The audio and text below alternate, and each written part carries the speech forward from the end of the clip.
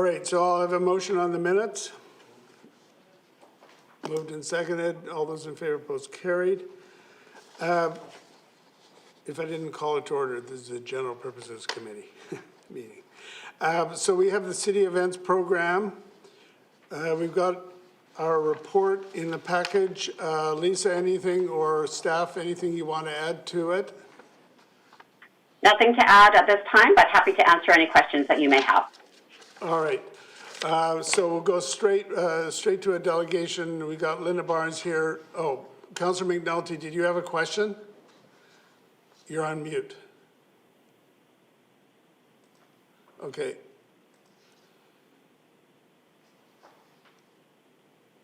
You're on mute, Bill. You're still on mute.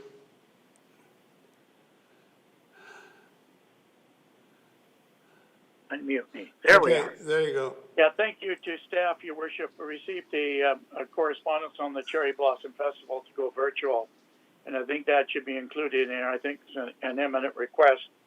But more importantly, at what stage do we look at these events with the continuing COVID? Sort of, what's our drop dead date? A month before?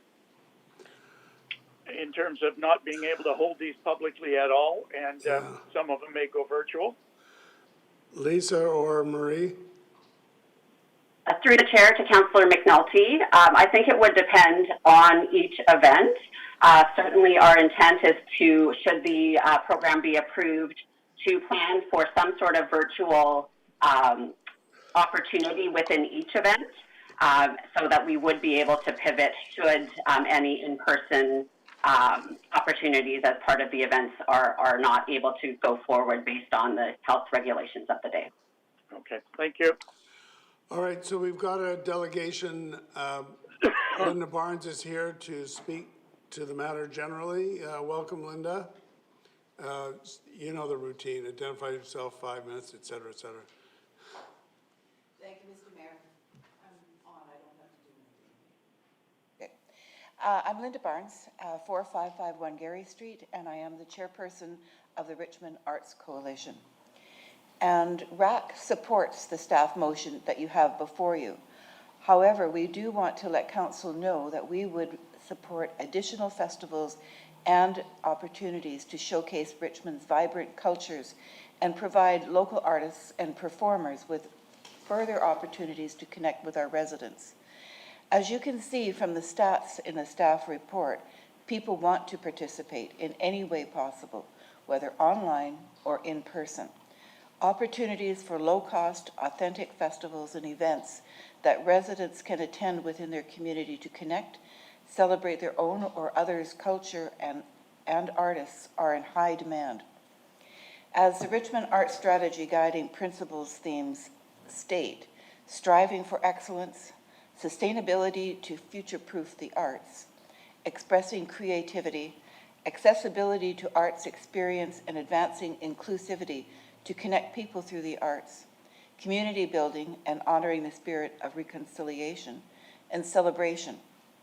I urge you at minimum to support the events and the budget as outlined in the staff report, or even add additional events to support our residents as we all look forward to a much healthier and better 2021. And I'd just like to add that the Richmond Arts Coalition supported the Maritime Festival with over 100 hours from our executive director alone, both that was paid and unpaid, with the boards putting in over 40 hours of volunteer time to make that event happen. And as Councillor McNulty asked, we pivoted it fairly quickly to provide this event totally online. We are looking forward, however, to trying to get something in person, but of course we will wait to hear what the health records call for. Thank you. Thank you. Wouldn't that be nice? We've got a question from Councillor McPhail. Linda? Thank you, Your Worship, and through you to the delegation. Well, thank you for coming today and for sharing your views and RAC's views, and congratulations to RAC for the Maritime Festival. I loved it. I think I watched all the sessions. It was amazing. And I know some of the performers myself, and they just were so happy to have the opportunity to perform and share their craft with the community. So you mentioned other opportunities for festivals. Do you have any ideas offhand of what those could be? And have you talked to staff about that? Are there any pre-planning? I'll stop there. Through the mayor to Councillor McPhail. Certainly we were disappointed but understand the dynamics around World Festival as well as the budget, but we would like to see a cultural event somewhat similar, whether it be on Highway or on number 5, the Highway to Heaven, or elsewhere in Richmond, but something that celebrates the culture, various cultures in Richmond, I think is very, very much needed. Yes. All right, thank you. Yeah, I think we would all share your wish that the events we're supporting can be more extensive and far more in person and far more performers and other exciting opportunities, but it is what it is. Now I'm going to remind everybody, we're getting some noise, background noise here. If you could all make sure that you have, make sure that you've all muted your mics. Councillor Day. Thank you very much, Linda. That was almost what Councillor McPhail asked is what I wanted to ask too about extra events. What could you envision? Do you think it's possible that you could put together some ideas of things that could work now that you've had success with COVID already and how to hold an event? Maybe put some ideas together and then float them through staff, and maybe we could consider those actual events if you can come up with these. Like when you mentioned Highway to Heaven, like maybe there could be a roving camera or something that goes to each place and someone who speaks to what that particular temple or mosque is significant. Like what are you thinking, like something along those lines, or Through the mayor to Councillor Day, at this point I would suggest that these are ideas, nothing concrete, to be quite frank, but certainly we could approach some of the organizations along that way, because I know that in the past there have been some uptake around those kinds of things. But certainly just around the cultural events is our belief that's really what's needed. Yeah, some of the suggestions could be incorporated into Doors Open, for instance. So we don't necessarily need new events, we just need more extensive and in-person, and we've got a long way to go before we're approaching where we were before. All right, thank you very much. Thank you very much. So I'll ask for a motion. So that's moved and seconded. Any discussion on that? All those in favor? Any opposed? That is carried. Then we get to Environmental and Climate Action Canada discussion paper on plastics action, the City of Richmond response. Suzanne Bycroft? Or others? Yes, I'm here. Yes. Through your Mayor Brody, I am here. Okay. Yes. Did you want to add to your paper or just leave it at that? Just answer questions. Mr. Chairman, I have nothing to add. We'll answer questions. All right, someone want to move it? Moved and seconded. Discussion on that. Councillor Wolf. Hi there. Through your worship to staff, I have a couple questions on this item. Maybe I'll just start off a couple things that were in the report. So one on page 25, it referred to scientific research, and I'm just curious, is that on behalf of the city or a contractor? Like, what's the scientific research that we would be sharing with the government? Through the chair to Councillor Wolf. On page GP 53 in your package, these are this attachment 4 is the comments we are suggesting be sent to the federal government, and one of the items that they're requesting feedback on if there were other data sources that might be helpful. And so with our comments here, what we've done is provided some additional links for research from our staff here that we're suggesting they could take a look at to help guide their work on this issue. Okay, perfect. So that includes passing along Metro Vancouver's data as some of that scientific research. It's not all Richmond data collection. Through the chair, that is correct. There are other sources that we are recommending, including Metro Vancouver's information. Perfect. Okay, thanks for that. My next question, through your worship to staff, is on page 30. No, where to go here? 37. That's the list of the management framework for single-use plastics. It's a list of a number of items. Some are on the federal list and some are on our list. Is there anywhere in the federal direction here to actually put dates to the other items, or to put like the next batch, like other than the ones that they're recommending? Is there a second wave being suggested as well? Through the chair to Councillor Wolf, what the federal government has done is they've identified a couple of parameters, those being environmentally problematic, and those are identified on pages 38 and 39 of your report, be they environmentally problematic or value recovery problematic. So this is how they've come up with the 6. They haven't identified any dates for adding any of the additional materials at this time, however. Okay, appreciate that. Thanks. That's how I read it as well. On, I'm just going to jump to one more here. It is page 50, and there's 3 questions there that the city was giving comments to, and the last one didn't have a comment from the city. I'm a little bit confused by the question as well. So, is that question, the one that didn't get an answer, is that related to something like Drano, some plastic product that's used to be put into a receptacle that would then drain down? So why is that plastic not? Why would that be an exception? Do you understand the scope of their question there? Through the chair to Councillor Wolf, the information that's provided on page 50 of the staff report was, and I think it does get a little bit confusing because there's different levels of government undertaking different activities, but the attachment 3, which is the document you're referring to, is the comments that the city provided to the province on their recycling intentions paper. So these are comments that were already sent, which the recycling intentions paper from the province focused primarily on changes that they were intending to make to the product stewardship legislation. So that one in particular was asking if we believe there were products that we feel should be exempt from being regulated under product stewardship, and that's why it's blank, because we think that basically the hazardous waste materials that were identified here, none of them should be exempt. So that's why that was there, but it does not relate to the federal discussion paper. Okay, great. That's all my questions for staff. I'll have some comments after that. All right, Councillor Day. Thank you very much. Thanks for an excellent report.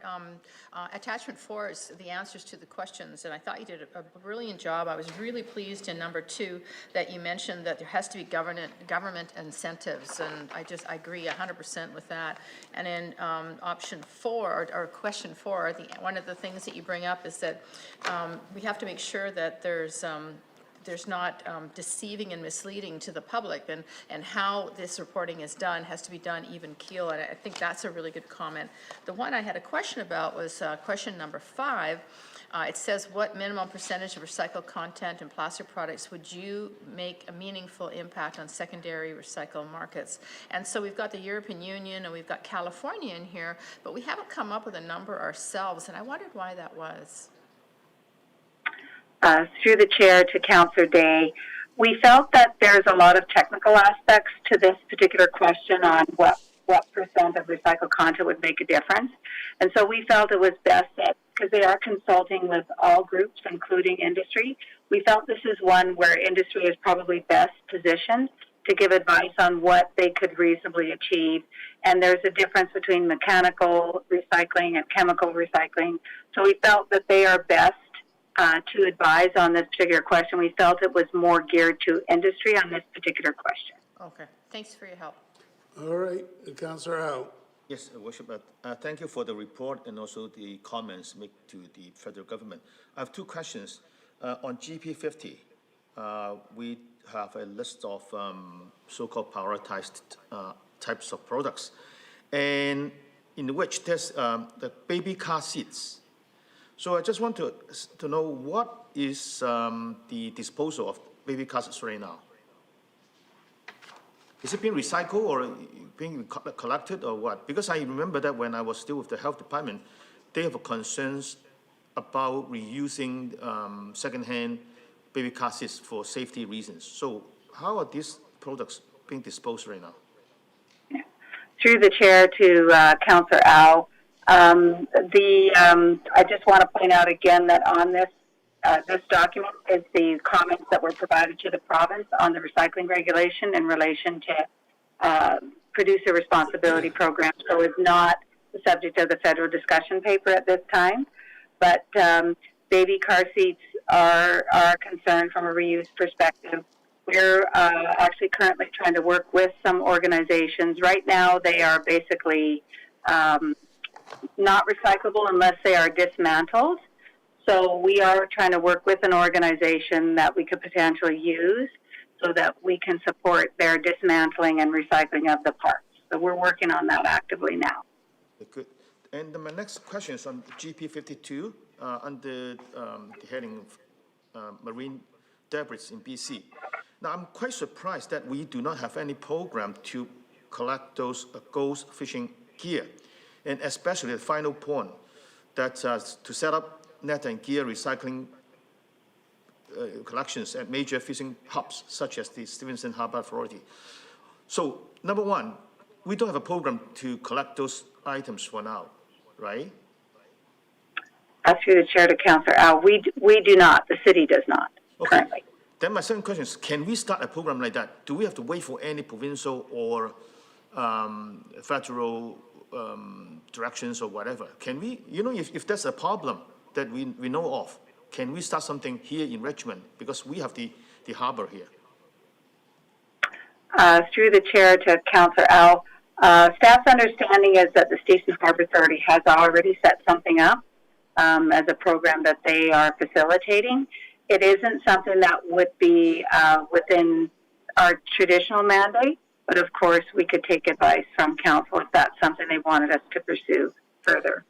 Your Worship, in that case, I would like to suggest that we collect more information by staff. Staff can go out to collect more information and report back and see whether or not we should step in to do more. Well, we can have ask staff, give direction to staff to check with the Stevenson Harbor Authority to find out the extent of their program. Yes, that would be my Let us suggestion. know. All right, those are all the speakers. Then I'll call the question. All those in favor? Any opposed? It's carried. Okay, that brings us to the items left by Councillor Green.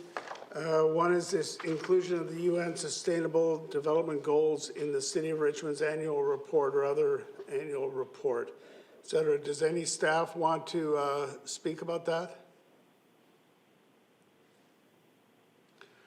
All right, I have a question for staff. Who can speak to this? Your Worship, I could start by answering any questions that may come. Okay, well, right now we have an annual report that reports based on our strategic objectives, right? Yes, that is correct. I believe that's the annual report that Finance develops. All right. Now, the UN goals are quite different than that.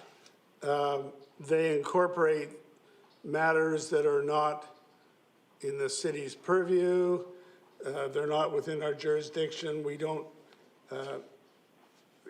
we're not initially concerned, well, we're concerned with everything, but it's basically mandates for the provincial government. Am I correct? And the federal government. Mr. Chair, there's a handful that are directly related, but the majority aren't within the city's jurisdiction for the most part. All right. Councillor Wolf. Great, thank you. I have a comments, not questions to staff on this time. I'd also like to make the motion to, as written in the recommendation. What? I'd like to make the motion. All right, and then I'll is speak to it seconded? Second? So it's moved and seconded. Go ahead. Great, thank you. So I think this item is very applicable. I think Richmond is leading in many ways, and this is just one more kind of, tool in our tool belt to help ensure that we're educating our citizens at the same time. So the challenge often with strategic planning is it's the leadership group at the executive branch that does a lot of the heavy lifting. The Sustainable Development Goals are more of a grassroots initiative, and it's meant to be applied at all scales. So when you look at the website or the list of the goals, you see those colored boxes, and there's just a couple words in each box. You really need to get the full list. It's about a sentence or two that goes with each of those goals. And then you can get the understanding of what it's about and how it could actually apply to city governance. Doing some of the research, there's a number of cities around the world that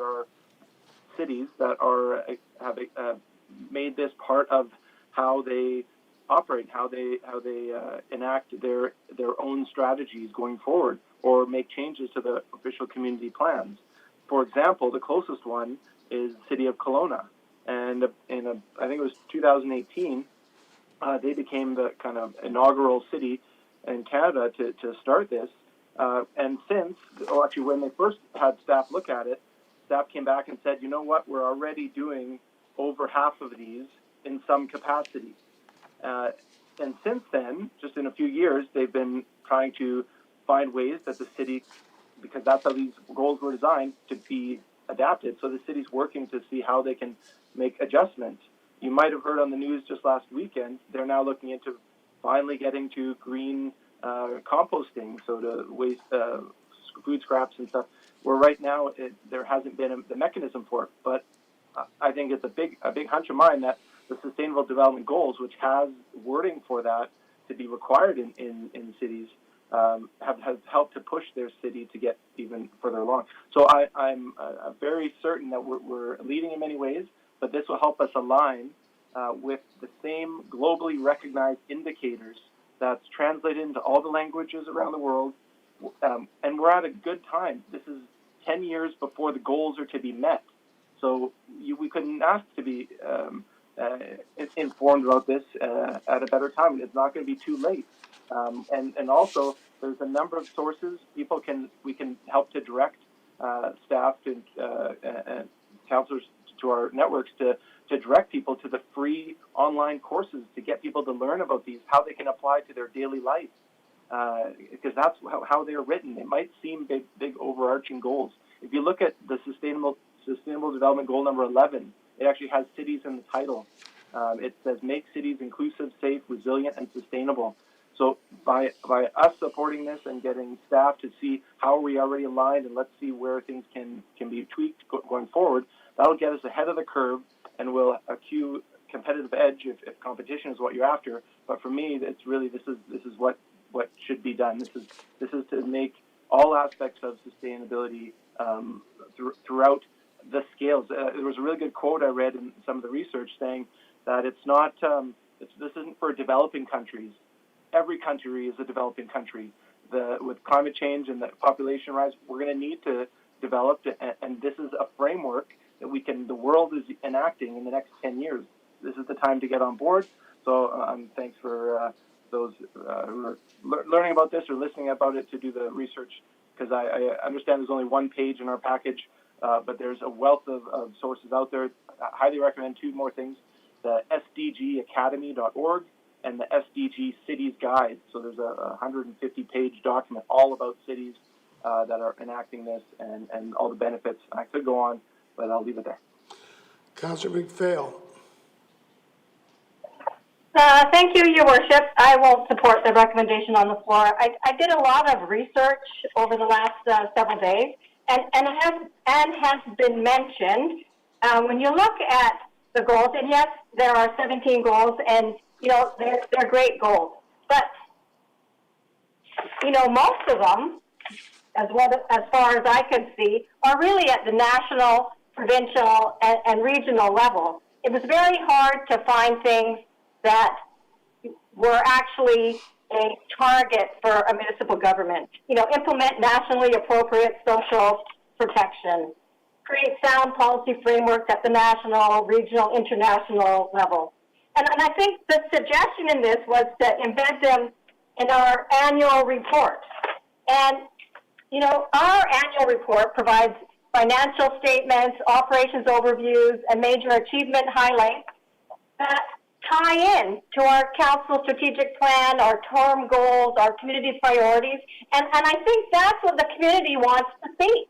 It talks about the you know, our budget, where our money is spent. And I think for our annual reporting, I think that's really relevant. I think it's about the community, how council spends their money, what are the community priorities, and how everything funnels through that. So I think our annual reports are good just the way they are.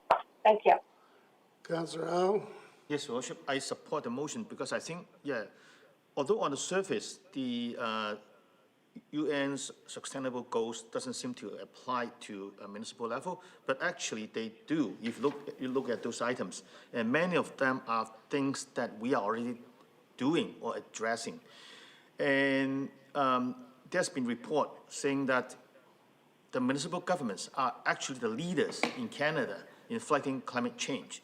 So I think to incorporate some of these measure sticks to look at how well we are doing, I think actually is a good thing. Now, look at the motion doesn't ask us to change the way that we report, how we report our annual activities. It's talking about how we can incorporate or include some of those measures to make our reports. So I would envision that instead of changing the whole reporting format, maybe we just have a chapter, a page or two in our report, using those lenses to look at ourselves. So it's not asking for a whole lot of change. It's only an additional level or another way that we look at ourselves from a more global perspective and see how well we are doing or how little we have not, how little that we have been doing.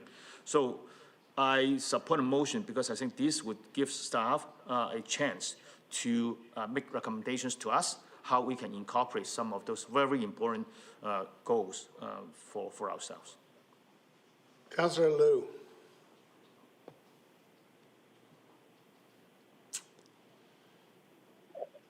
Thank you, Worship. I'm not going to support this because I think we have our term goals, and this motion is talking about reporting on whether or not we achieve goals that are somebody else's goals. So at no point have we ever specifically signed on to these goals or decided it. So it occurs to me that we should, if we're so inclined, adopt a framework first and then include the reporting in our annual report if we so decide. But right now, to just go straight to including it in our annual report is basically saying, here's a list of somebody else's goals. Let's see how we line up with that. But they were never our goals. There was no transparency. There was no process into getting there. And so it doesn't make sense to do it in this format. I think when it comes time to look at term goals again, to expand it and to look at this other way, maybe that's the time to look at it. But I think right now, especially during COVID, this is a huge make-work project for our staff, and I don't think it's going to improve upon anything. I think we've got certain specific goals. We have goals around affordable housing. We've got goals around the environment, sustainability. We've got a lot of goals that we've elucidated, that we've defined, that we have created for ourselves, and we have a measurement platform that we already use and have. So to then add another yardstick to the whole game, to me, doesn't make sense right now, so I won't be supporting it. Councillor Day. Thank you very much, Mayor Brody. I think we should support this, and I'll tell you why. If you actually read it, it says for staff to provide analysis on inclusion. I mean, we're not committing to the program. What we're doing is asking staff to look at what we do already, and chances are most of what we do is going to be very helpful for other cities and countries to learn from. And if we can adopt, the 17, what do you call it, sustainable goals, without fundamentally changing the way we do work in Richmond, I just don't see the harm in it. I mean, there's nothing better than having unity in reporting, and I have no problem supporting this. I think it's a great option for us to look at, and, so this is what staff do. This is their job, is to look at what's happening around the world and see how we can be a part of that positive change. So I think it's the sensible thing to do, and let's give it a shot and let staff have a kick at it. Councillor Steves. I hope this is an objective. The that we're somewhat in line with skill. If not, we're in trouble. Hang on, Harold. You're really breaking up. It's very difficult for us to hear you. I'm going to ask the clerk, is there anything we can do to give him a better connection? Did he phone? All right, give it another try. Start at the beginning, Harold. Okay, better. Yikes.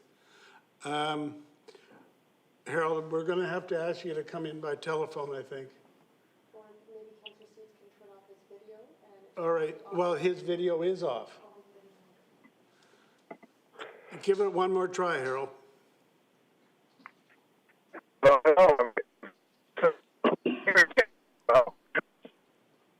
No, it's not happening, Harold, sorry. If I may, Your Worship. Just a minute, Harold. Just a minute, Harold. Hang on. Grant, what were you saying? Yeah, if I may, Your Worship. Councillor Steves can switch his audio, so he can go to the mute, unmute icon, and there's an option to switch audio. One of the options will be to have WebEx call him on his number, his phone number. So he can have it call his mobile or his home number, and he can join that way. All right.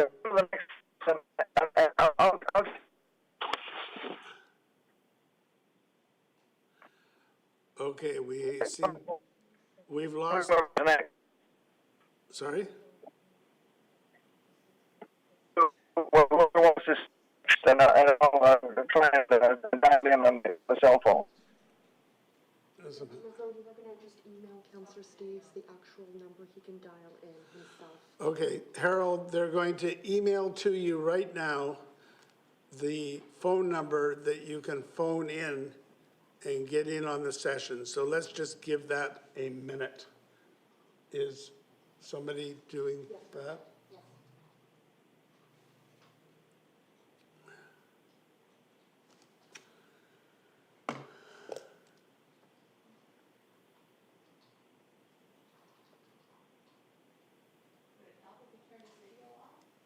He has turned it off. Well, it's still there, right? It's just frozen. No, it's off. It's on my iPad. It's not on mine. So we've emailed Councillor Steves, there's this number, 604 number, and then there's an access code that he'll be prompted to enter. Harold, you're going to be told to dial a certain number, and then there's a code to enter in when you get there.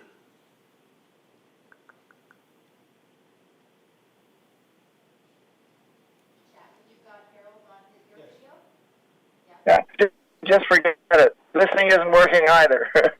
My other phone's on the other side of the house. Oh, you're doing better now, Harold, so give it a try now. Oh, okay. I just wanted to say I'm in favor of the motion. Food security is provincial, yet we are leaders in food security with the Garden City lands. That was a provincial responsibility decades ago, and they botched the deal. We're doing it. Energy is provincial. We're doing it. You just cut out, Harold.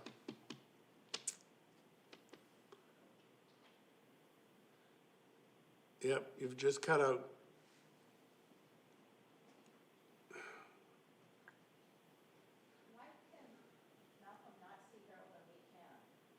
You can't. There he is. It's on the second row. I think we're going to maybe try calling Councillor Steves in as if and bringing him into the meeting that way. Well, now he's come in a second time. Harold, can you hear me now? See, he's in twice. You guys up there. That's the problem.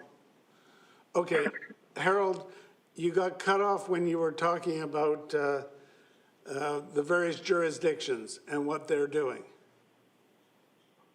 Yeah.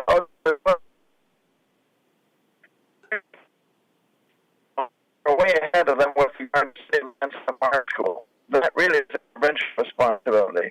In terms of energy, we're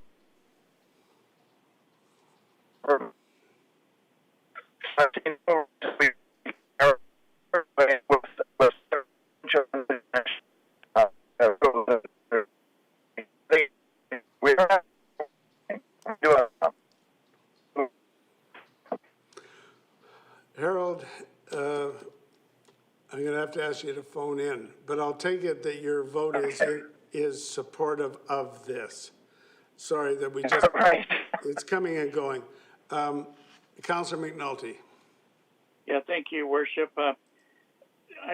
If we read the particular recommendation is to provide an analysis, and I'd ask staff how much staff time would this take away from what they would normally do to do an analysis and give us a 1 or 2 pager.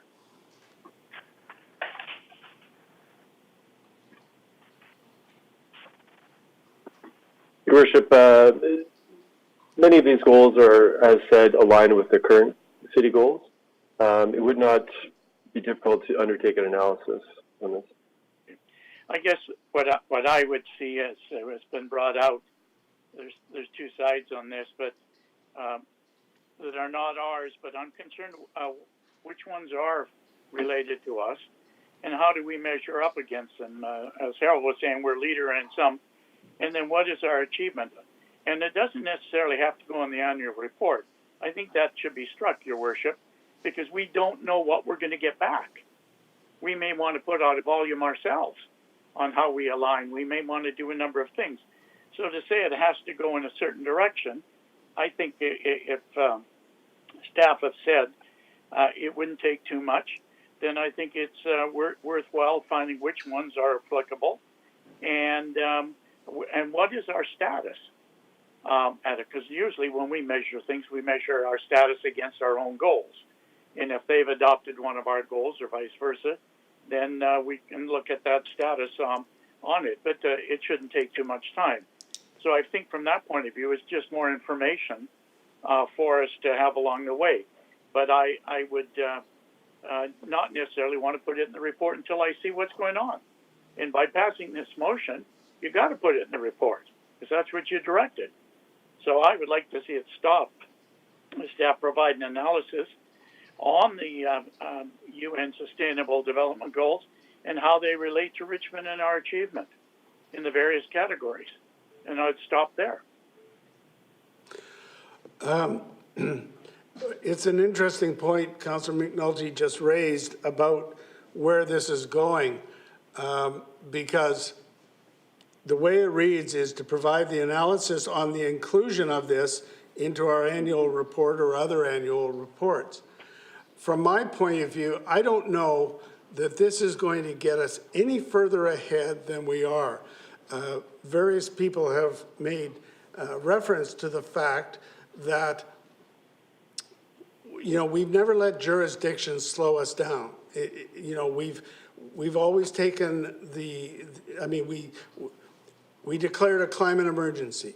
We have annual reports on our energy performance and our sustainability and our environment. We're doing all those things right now.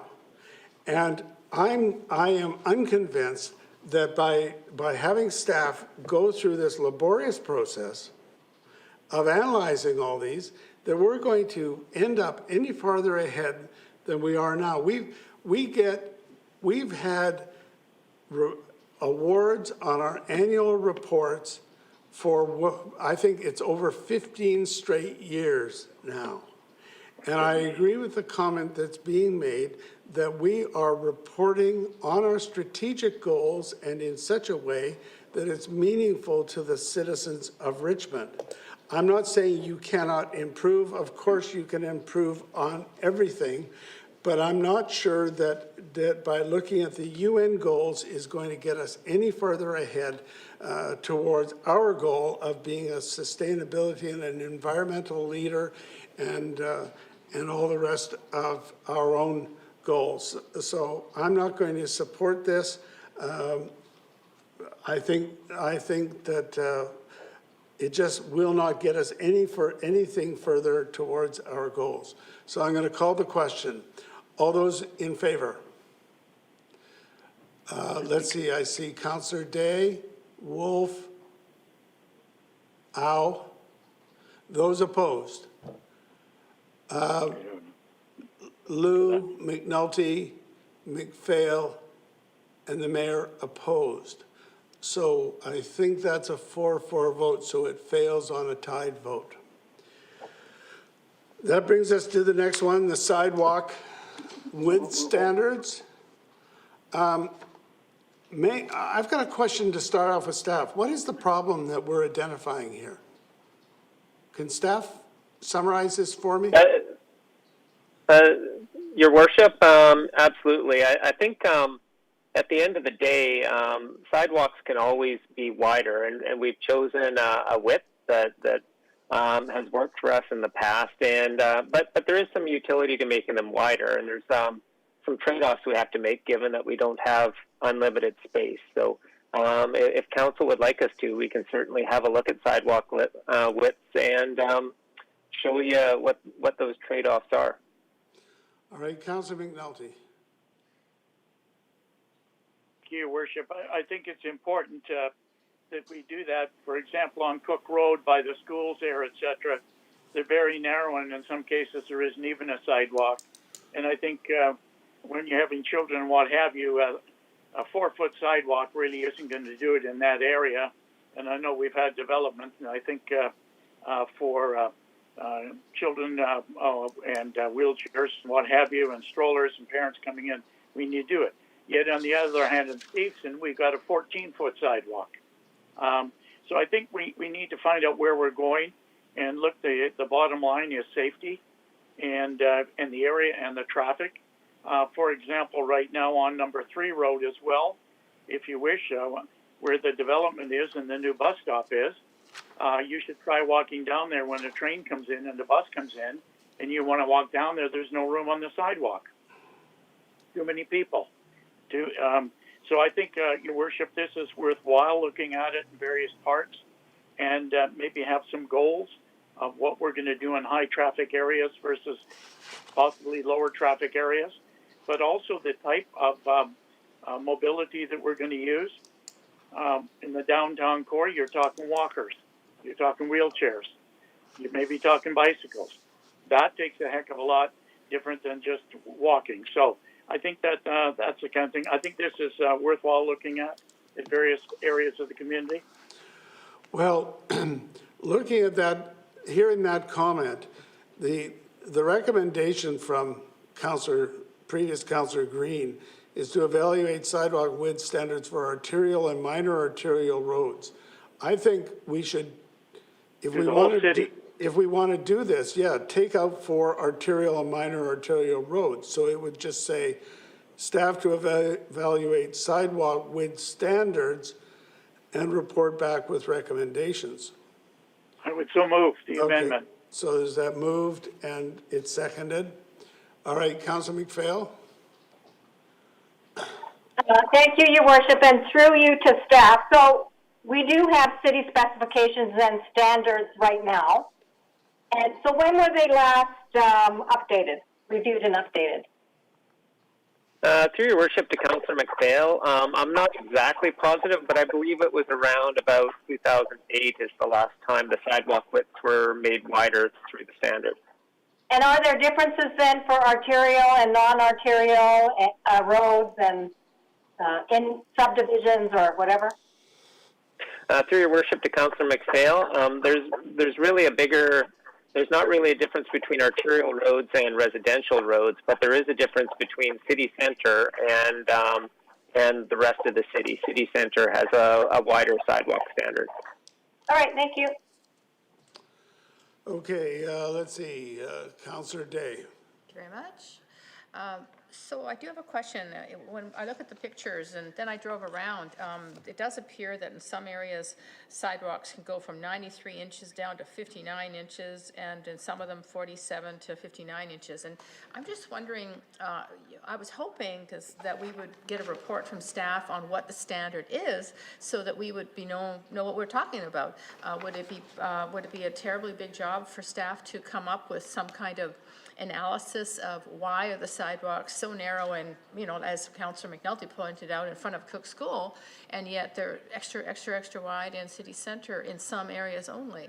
That will be in the information coming back from staff. So the standards that were created in 2008, can we get a copy of those? Well, they'll outline them for us, the various standards at various areas. Well, I do think that it's worth supporting, because I myself have noticed in some areas it's just so narrow. If I'm riding my bike and someone happens to be coming in the opposite direction, and it's just not safe. So it doesn't hurt to have an overlook. Thank you. All right, Councillor Liu. Thank you, through the chair. It occurs to me that staff was looking at bike lanes and what the new format should be, and I know that it's changed and that, and so I'm wondering if maybe it makes sense for these to come out together. And I also know that there was going to be some recommendation on some of the separation of bike lanes from traffic, and so it seems to me that this makes sense to talk about together and not separately, not two separate pieces, especially in some of the areas where you've got some weird bike lanes and extra large sidewalks and vice versa. And so I think when you're looking at moving people who are not in vehicles, we want to look at them together and how they're working together or not working together, and ensuring that you've got enough space then for those things. Lloyd, don't we already have a referral to you on bike lanes? Your worship, yes, you do, and we are working on that right now with a consultant, and we expect to have a result for you in Q3 of 2021. Does it make sense for these to kind of come together a little bit, so that you're not kind of coming up with all different pieces and trying to cobble them together after the fact?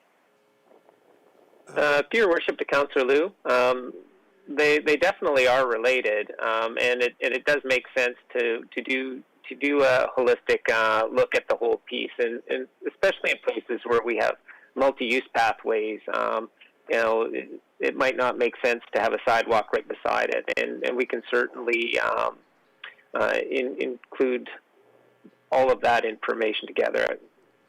Okay, because I know there was a lot of concern about what we were doing along Granville Avenue with the multi-use and lots of parking and on it went there, and so and the walking and stuff, and so we want to make sure people are safe. We want to make sure we've got adequate space. We want to make sure that the interface works with everybody as well. So, all right, I think it makes sense to work together. All right, Councillor Wolf. Thank you. No questions to staff. Just a comment in support of the motion is that it meets a goal of mine and the city's of having walkable neighborhoods and trying to optimize efficiency of providing services like sidewalks. And it's funny, the phrase I just used there is directly out of the Sustainable Development Goals, which we apparently didn't need to support because we wouldn't learn anything from it. Well, go figure. This is exactly why things like that are important, because we could have a framework to then say, what are other areas of the city that can be approved to meet our goals and the global goals? So anyway, I'll support this one like I did the last one. Thanks. All right, let's call the question then. All those in favor? Harold, that was you saying aye? Yep. Okay. Any opposed? All right, so that's carried. Someone move adjournment, please. It's moved and seconded. All those in favor, votes carried. So we're now finished the GP, and we'll go on to finance. So I'll call the Finance Committee meeting to order. I have a motion on the minutes. So moved. Moved and seconded. All those in favor? Any opposed? That's carried. Credit card payment service fee bylaw. Ivy, anything to add to your report? Through your worship, no, I do not have anything to add to my report. All right. Any detailed questions? Venus Nagan, Manager of Treasury and Financial Services, will be more than happy to answer. All right, let's get this on the floor. Someone want to move it? Moved. So that's moved and seconded. Councillor Day. Yeah, thank you very much, Mayor Brody. I was just curious, we're talking about credit cards here, but if people have to pay a fee, they may decide to pay by check. What percentage of our payments by check are NSF and not sufficient funds? We have not, through the chair to Councillor Day, we have not done a detailed analysis of the NSF checks, but I would say less than 1% would have bounced.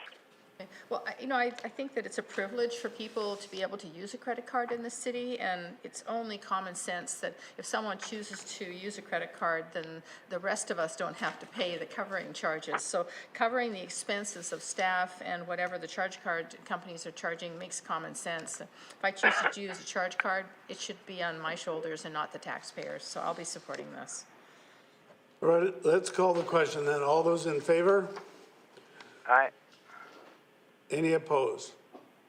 So that's carried. All right, that brings us to the preliminary operating budget assumptions for 2021, page 13. Now, in looking at this, I'll ask for staff to give a general overview or make any comments that they would want. But I want to emphasize that what is sought here is not specific direction of any sort. It's just to look at this for information purposes. And if, with Councillor Au's situation, if we come to the specifics of the fire rescue department, Councillor Au may have to declare a conflict. So we're hoping to keep this just to a general informational level. All right, Jerry? Thank you, Mr. Chairman. The report in front of you has lots of information included for the assumptions. There are proposed scenarios, and while this report is for information only, an indication of which scenario you favor would assist staff in preparing the operating budget report. And just on another note, administrative matters, the writer of the report, Melissa Shao, she is off on maternity leave. However, we have Mike Ching and Jenny Ho as acting managers here to answer any questions. And with that, I'll open it up to any questions you may have. All right. I thought okay, Councillor McNulty, your hand was up, then it was down. So now it's up. Go ahead. And you're on mute. You're on mute, Bill. Trouble with it, Your Worship. I don't know what our system's doing, but anyhow, I think it's important, Your Worship, that we do talk nickels and dimes on this, and we also talk personnel. To me, I think in a time of pandemic and what have you, this is not a time to cut back for anything, especially in the area of community safety. If not, it's a time to enhance community safety. And glad staff put together the various scenarios, and I'm not sure they're the only scenarios, because there could be a combination, but on our page, Fin 18, and I'd like to look at some methods, and I guess we'll do that when staff come back. But I think it's important that we continue to grow our complement of police officers for the RCMP, and we made that commitment to 51. This is the last year, basically, of it. We also made the commitment to the fire rescue, Your Worship, and to me, that's important that we finish it. When I see deferring and I guess it is scenario 2 and 3 that down the road. That's not what we did. We have a program for it. We put the call out. We've got people on board now, and I think we continue to finish our complement, and we continue to build what we have. And when community safety gets back to live, I think there will be some things being brought up there in terms of looking at fire rescue and other areas within the RCMP in terms of expansion. There are many areas in our city that have gone unlooked at, or our people don't have the expertise for it, and where in many of our demographics and jurisdictions where the RCMP are doing a great job, don't get me wrong, but they don't have the training. It's like our CAR 80. We should have 2 or 3 CAR 80s out there with a number of mental health things that are going on. But again, you've got to train the officer, you've got to have the health nurse and the other medical personnel with it. So those are the kinds of things, Your Worship, I think we really need to look at it. Yes, we have a pandemic. Yes, things have slowed down, but the city still has to continue to be safe. Compliments to the RCMP. They had 6 takedowns in the last little while, etc. We're doing very well compared to other communities, and compared to other communities I looked a lot. So I hope staff will take it under advisement and come back with a full meal deal on this, so we can at least have a look at it. Good. Okay, Councillor McPhail. Thank you, Your Worship, and thank you to staff for all the work and the report that has been provided to us. I think that we really need, to recognize that this has been a very difficult year, and that, there's been financial impact on all property owners due to the pandemic, and also to the city due to the pandemic. We've had reduced recreation revenue, hardly any gaming revenue, and so I think we really need to be cognizant of that. I do agree with Councillor McNulty that I don't know if community safety is the area that if we're looking at cutting or the like, if that's where we need to go. I think when I've been talking to people, they want us to focus on providing core services, and I would see community safety as a core service. So, and when I look at the different scenarios, so 1% tax increase equals $17.60. So, budget scenario 1 is a $135 increase. Budget scenario 2 is an $89 increase. And budget scenario 3 is a almost $66 increase. And so my question to you is, does that include the increases that we already talked about with Metro Vancouver? The cost of water, sewer, or is that extra? Through the chair to Councillor McPhail, this is just the operating budget increase. The utility increases, that's in a separate budget that was approved last Monday. Right. So, and I think, we need to actually, to see the whole picture that, when you're speaking, about someone living in an average home, they're looking at an increase of 65, 86, or 100 and something plus, the increases for the services. So I think what I'm hearing from people is, core services, and perhaps what can we do for the people during this unprecedented time? Thank you. All right, other comments? Yeah, I've got my hand up. Oh, sorry, I didn't. Well, just a minute. There might be others who want to ask questions. Oh, I'm sorry. I was thinking you already had your hand up. Councillor Day. Thank you. Thank you very much, Sorry Mayor about Brody. Well, when I first read the report, I didn't realize it was just for information, and I was doing the math, and it wasn't that hard to get us down to 4.8%. I do believe that it would be very foolish to not go ahead with getting the extra police officers.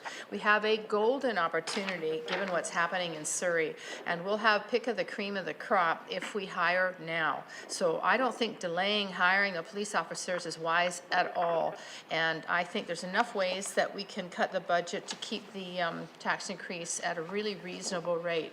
So I'm glad this is just for information. I was ready to go into every line and and then I realized it was just for reading material. But I would say that maybe we should make a motion to commit to, at the very least, hiring the police officers that we did not hire in 2020. And then as this process continues, maybe we'll be hiring even more, but I'm wondering if we couldn't at least approve that piece of this so that seize the moment, you know, get the officers that are going to be coming available in Surrey.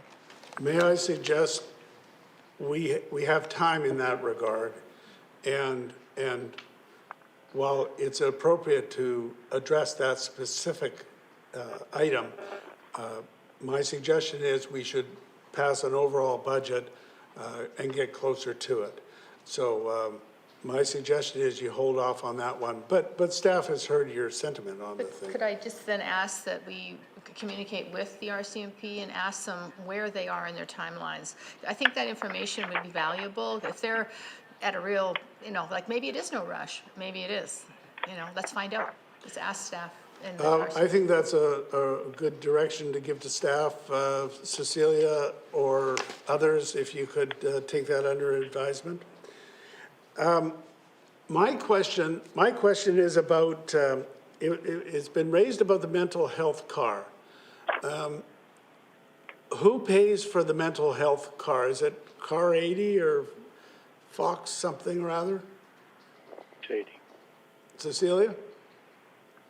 Through your worship, Fox 80 is paid for by part of the RCMP funding, and part of it is from Vancouver Coastal Health funding, so it's a combination. So if we wanted to expand that, we would have to have some external funding on it. Correct. Okay. The other question I would like staff to address is, because it's going to come up in conversation and for consideration about the 1% that goes to reserves. Can someone from staff talk about the impact of the 1% and the ramifications if we don't have that 1% this year? I'll try to answer that, Mr. Chairman. The 1%, as you know, goes to the Capital Building Infrastructure Reserve. And through some of the past meetings, staff have brought back reports on various capital projects and the magnitude of the projects, and also the ongoing facility projects, which are increasing in cost. Without the 1%, you could be at a standstill on how to fund these projects going forward in the future, and then timing and delay of these projects, as there won't be sufficient amount in the reserves. Well, wouldn't part of it mean that we would have to borrow that much more to accomplish our goals or cut back on the capital program? That's correct. That would be an option too. You would have to borrow, which I know in the past the city has tried to avoid.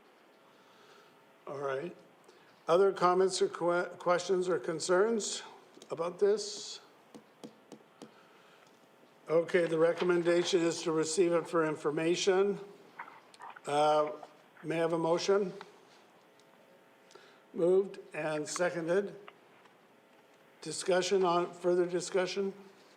Okay, to receive for information. All those in favor? Aye. Anybody opposed? So that is carried. All right, someone move adjournment. So it's moved and seconded. All those in favor, opposed, carried. So we're now adjourned.